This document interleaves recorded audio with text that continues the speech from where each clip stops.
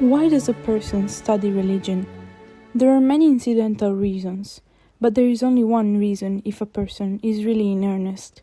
In a word, it is to come into contact with reality, to find a reality deeper than the everyday reality that so quickly changes, rots away, leaves nothing behind and offers no lasting happiness to the human soul.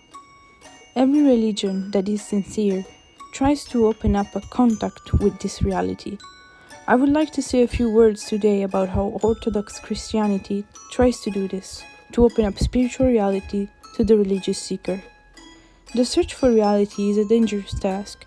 You all have probably heard stories of how young people in our times of searching have burned themselves out, trying to find reality, and either die young or drag out a dreary existence at a fraction of their potential of mind and soul. I myself recall a friend from the days of my own searching 25 years ago, when Aldous Huxley had just discovered the supposedly spiritual value of LSD and had influenced many to follow him. This young man, a typical religious searcher who might be attending a course like this, once told me, "No matter what you might say of the dangers of drugs, you must admit that anything is better than the everyday American life, which is spiritually dead." I disagreed, since even then I was beginning to glimpse that spiritual life spreads in two directions.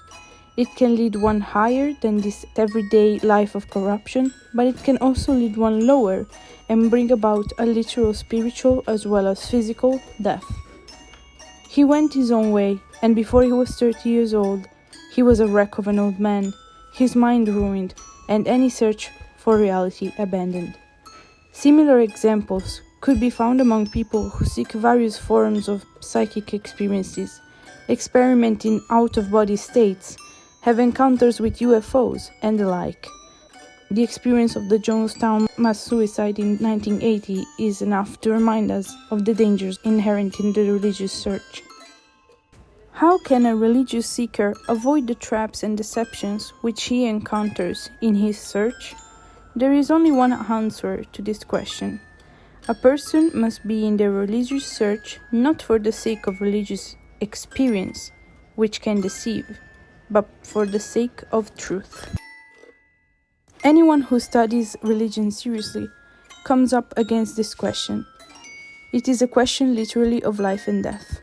Our Orthodox Christian faith, as contrasted with the Western confessions, is often called mystical.